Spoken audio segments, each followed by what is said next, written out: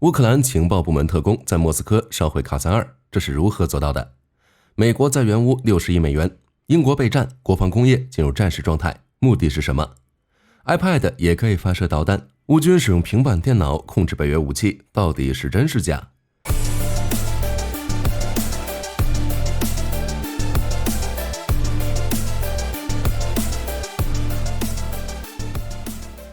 由于武器弹药的减少，3月末到4月末，乌军减少了对莫斯科的袭击，而随着美国援助的到来，乌军恢复了对莫斯科的袭击，并成功烧毁一架俄罗斯卡萨尔。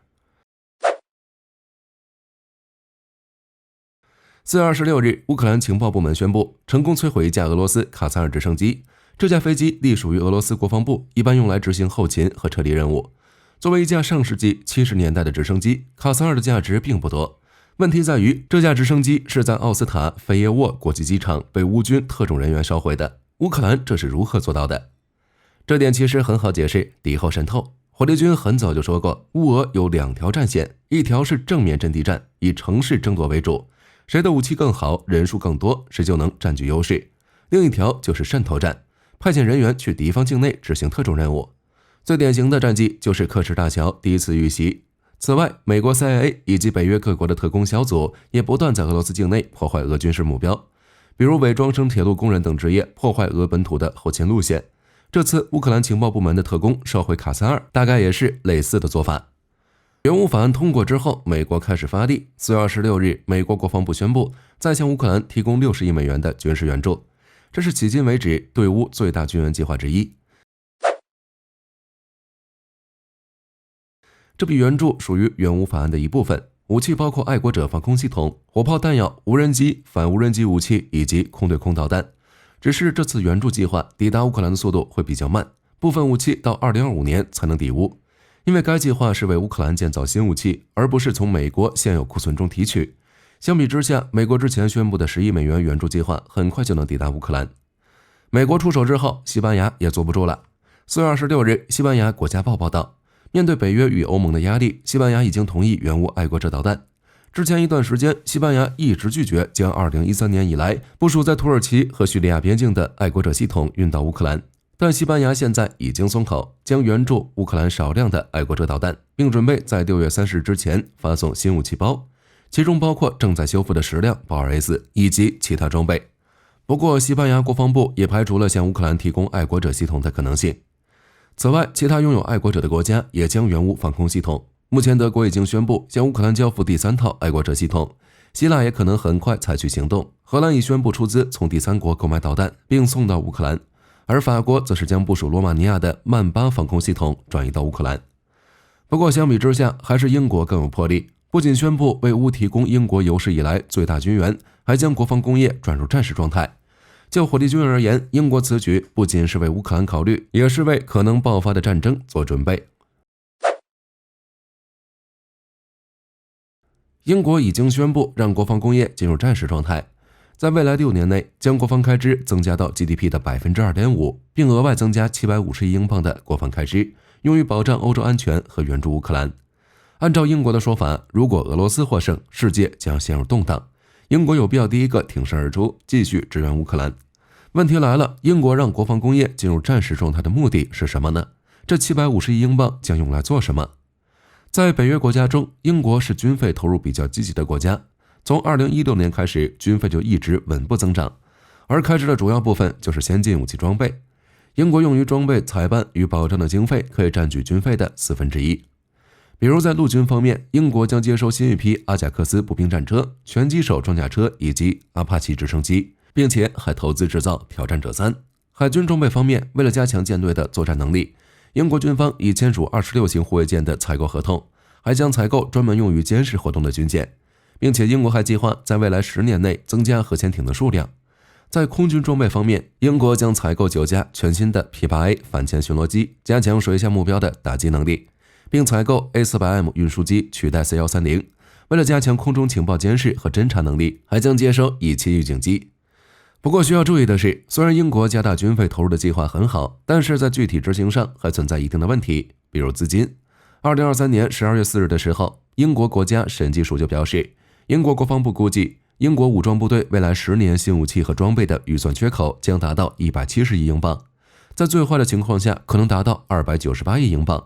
而造成资金缺口的主要原因就是核计划与海军计划成本的增加，而英国这次推出的750亿英镑大概会有一部分资金用于填补缺口。而且火力军认为，英国宣布国防工业进入战争状态，也有拯救本国国防工业的意思。英国脱欧之后，军火出口贸易受到了很大的影响。21世纪初期，英国占国际军火市场份额 7%， 但是到2022年，英国军火市场份额已经不到 1%， 这就导致多家军工企业相继倒闭。虽然英国在军事技术方面存在优势，但是因为军工产能的问题，多款武器装备无法进行维修和升级。此外，英国此举也是在备战。虽然英国的军费一直涨，但作战能力却已经停滞。英国现在追求的是小规模的精锐部队，无法应对大规模的地面战争。英国议会下院国防委员会主席保守党议员埃尔伍德就曾表示，如果发生战争，英国武装部队只能坚持5天左右。在这种情况下，英国必须提前为战争做准备。总的来说，对于英国而言，将国防工业转入战时状态，不是为了直接与俄罗斯开战，而是为了可以向乌克兰提供更多的武器，并且做好与俄罗斯战斗的准备。与英国相比，德国就稍微有些落后了。美国援乌 ATACMS 导弹其实也希望推动德国援乌金牛座，只可惜4月24日，也就是美国宣布援乌 ATACMS 导弹当天，德国总理舒尔茨就表示不会改变反对援乌金牛座的决定。不过就当前的局势来看，单单是美国重新入局，就已经说明乌俄战争进入新时期。乌俄战场之上，乌军使用 iPad 就可以发射导弹，这是如何做到的？挑战者3原型车建造完成之后，英国就将其送到了德国进行测试。4月25日，挑战者3完成首次射击试验。挑战者3将 L30 线膛炮换成莱茵金属 IH-120 滑膛炮之后，虽然炮管更长，但是增加了坦克从远处穿透较厚装甲的能力。不过 IH-120 也增加了挑战者3的总长度，在森林等茂密地形中行进，或许会出现一定的问题。不过就性能提升来看，这点小问题完全不值一提。从线膛炮转移到滑膛炮，使得英国坦克可以使用北约标准炮弹，战时的灵活性和后勤优势更好。法德就地面主战系统项目达成一致。4月26日，德国新闻电视频道网站报道，德国防长鲍里斯·皮斯托里乌斯与法国防长塞巴斯蒂安·勒科尔尼在巴黎签署了一份协议，明确了地面主战系统项目中长期有争议的分工问题。法德接下来的任务就是制造下一代主战坦克。虽然北约一直援乌机载精确弹药，但是乌军的俄式飞机系统如何发射北约武器一直都是个大问题。不过结合乌军视频里的平板以及美国军备采购后与后勤副部长拉普兰特透露的消息来看，乌军大概是使用美国提供的平板电脑来控制飞机的部分系统，其中可能包括武器系统。4月24日，拉普兰特在战略与国际研究中心年度全球安全论坛上透露，乌克兰战机驾驶舱内的平板电脑可以控制北约援乌的机载武器。也就是说，在平板电脑上显示地图以及其他关键飞行数据，然后乌军飞行员可以根据这些数据判断攻击的时机。只是一般情况下，苏27米格29在使用 JDAM-ER 时，需要使用特殊的武器挂架，通过传统的线路与挂架连接，在武器发射之前为导引头提供目标的 GPS 信息。法国的铁锤也是如此，而乌克兰的俄式飞机缺乏可以确保与北约武器无缝衔接的数据总线接口。如此一来，如何将目标的 GPS 信息传输到武器内就是一个问题。所以就目前的情况来看， AGM-88、GDAM-ER 等武器很有可能是用来攻击固定目标，在飞机起飞之前就设定好目标坐标，等到飞机抵达目标之后释放弹药，或者可以透过某种短距离无线设备，比如蓝牙等，将平板电脑与武器挂架做连接，将坐标信息无线传输到武器导引装置中，这样就能省略机体内重新布线的问题。当然，以上只是猜测。无论是美国还是乌克兰都没有解释如何使用平板发射北约武器。此外，在美国转批援乌法案之前，土耳其就已经游说美国购买 T155 风暴榴弹炮援助给乌克兰，而乌军刚好对 T155 风暴很感兴趣。乌俄战争开始之后，土耳其一直积极向乌克兰提供武器，包括 TB2 以及装甲车。2022年的时候，土耳其还向乌克兰出售了 T122 萨卡亚火箭炮。而且在2023年的时候，乌克兰就已经与土耳其讨论购买 T155 风暴榴弹炮。T155风暴是土耳其与韩国国防公司基于 K9 雷霆开发的自行榴弹炮。按照土耳其的说法， T155风暴从射击到撤离的时间只需要不到30秒。在防空导弹紧缺、俄罗斯拥有制空权的情况下，火炮的机动性就决定了是否安全。此外， T155风暴的射程可达30公里，口径与北约标准弹药兼容。美国与欧洲援乌的弹药抵达之后就可以直接使用。在防护方面， T155风暴为全焊接钢制装甲，可抵御 14.5 毫米机枪射击和炮弹碎片。不过，土耳其出售 T155风暴需要得到韩国的同意。对于乌克兰而言，这点难度不大，唯一的问题就是资金。火力军上面也说了，乌克兰关于购买 T155风暴的问题2023年就已经开始，只是当时美国削减了对乌克兰的援助，于是土耳其就失去了讨论的兴趣。直到美国通过援乌法案，土耳其才旧事重提。按照原计划，土耳其打算在埃尔多安5月9日访问美国时讨论关于 T155风暴的事情。只可惜，目前土耳其已经推迟访美， T155风暴也要推迟一段时间了。另一边，加拿大国防部长比尔·布莱尔在第21届乌克兰国防联络小组会议上宣布，今年夏天援乌10辆装甲作战支援车。加拿大这次援乌的 ACSV 会先交付给欧洲，之后乌克兰士兵将接受装甲车训练，到秋季才会运往乌克兰。就当前的情况来看，加拿大在援乌上也是毫不吝啬。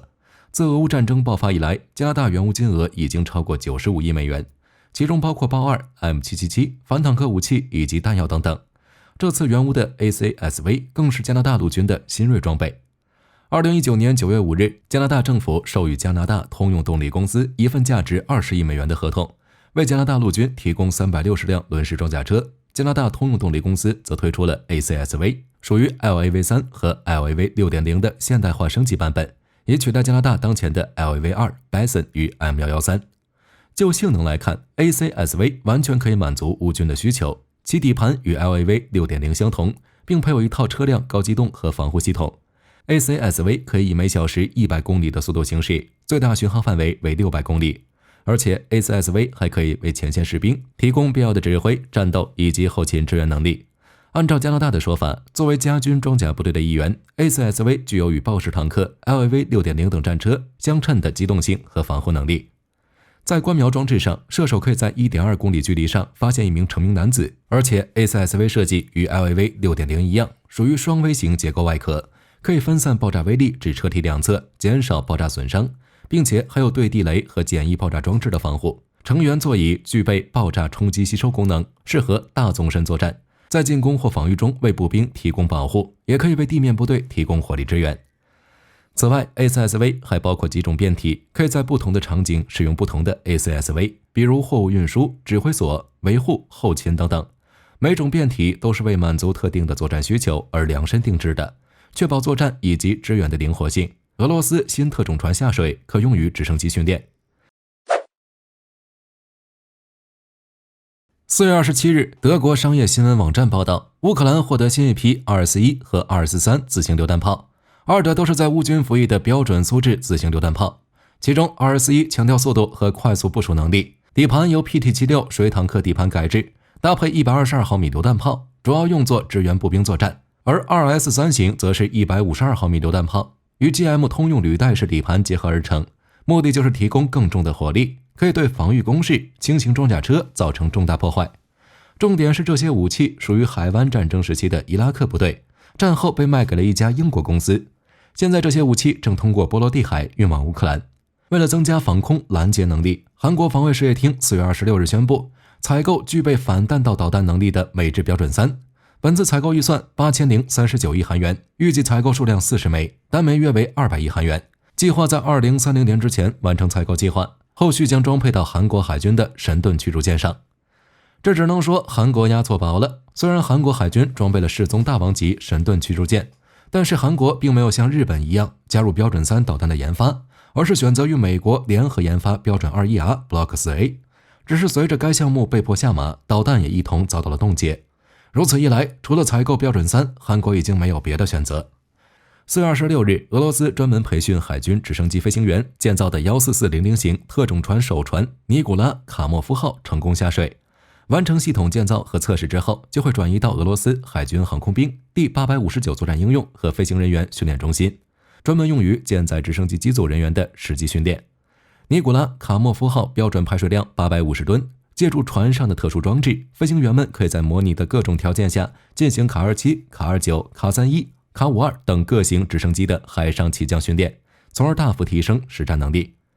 不过就火力军而言，尼古拉·卡莫夫号的最终交付时间还不确定，可靠性也没有足够的保障。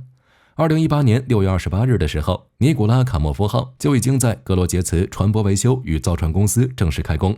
但是由于缺乏现成的工程技术与项目的不断调整，该舰的建造工作很快就被暂停，直到2019年10月，建造工作才恢复，但进度依旧很缓慢。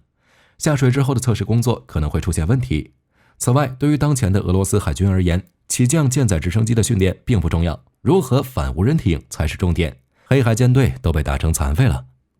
好了，这期视频到这儿就结束了。各位认为乌克兰情报部门的下一步计划是什么？可以在视频下方留言，大家一起讨论。我是火力军，下期见。